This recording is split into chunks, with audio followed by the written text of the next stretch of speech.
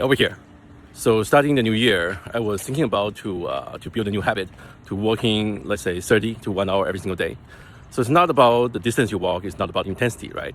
But more of you're willing to spend time with your body, really observing every single micro movement in your muscles, really observing how yourself interacting with the surrounding and the environment. I almost consider it as a type of meditation to spend time with yourself, with your own body, right? So before I build the app, this is the way I log my walk, right? So every day when I start working, I will go to my iPhone timer app, go to stopwatch and start the recording. When my work is done, I simply stop it and record time. I go back to my Note app. I have a working tracker and logging the date and the time. This is my tracking mechanism. So I was thinking, like, why not I simply just vibe coding an app just for myself for logging my walk, right? So this is what I built, which is called Stepwise, right? So there's just a web app right now. I can log in as a user, right? Or actually I can create a brand new account by creating a username and password. This is all working. Like in this case, let me just log in and get into that. Okay, let me switch the scene a little bit here. Okay, so the functionality is pretty simple. I can simply tap on the start buttons and it start recording my walk. When my walk is done, I simply come here to tap on the big button again, and this is being recorded. For example, the one I just did which is only 7 seconds long, is being put in the log page. I can manually create one. Let's say I want to do, let's say I forgot to log one in this Monday. I simply type in the day, and let's say I start working at 9:05 and I finish at 9, I don't know, let's say 9:16, for example. And that record, which is on this Monday, is being logged as like 11 minutes. I also have some validation logic in place. For example, let's say if I edit this and let's say I want to log it for a future date, like a coming Saturday, right? If I save it, it will block me from saving.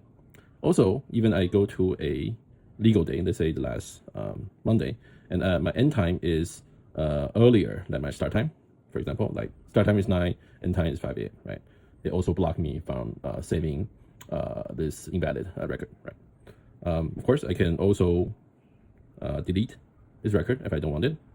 And same thing for the one I just created for the 7-second one, right? There we go. In the Insights tab, simply it is a database. I know how many total walks I've done, how many total minutes. I hover it or tap on it. I know exactly how long I have been walking that day. Actually, will accumulate if I actually have taken, let's say, 2 to 3 walks that day.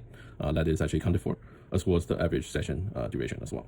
So I know how long I usually walk.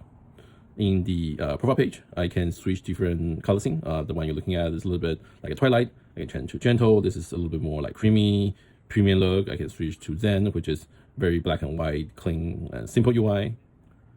If I want to, if I run into someone in the walk, I can share my app and by copy the web app link, or actually bring up the QR code and they can scan it.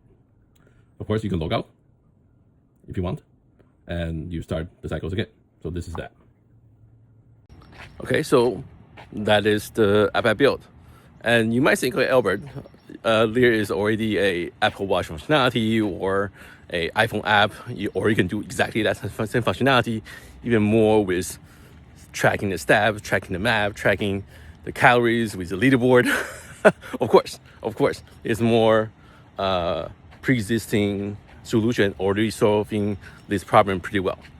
But the whole point here of this exercise is more about as a product designers, usually we own the product discovery process of knowing what is users pain, considering what is the right solution, the right user experience. Then we build a simulation. We build a prototype of what that solution might look like. Then we hand it up to engineers to make it a reality, right? So it's, to me, actually, there's always a fear of everything beyond just a prototype is something I should not do. I should not care. I should hand it off to the professionals, right? But with all the vibe coding, all the vibe designing, all the unicorn of one, I really want to kind of experiment to see, can I create an application for myself and myself only that is fully fulfilling my use case. I can create not just the front end, but also the back end component. I have state management, I have user logging, you have data storage, you have making the preference to be sticky, right? So that journey and experience is important to me.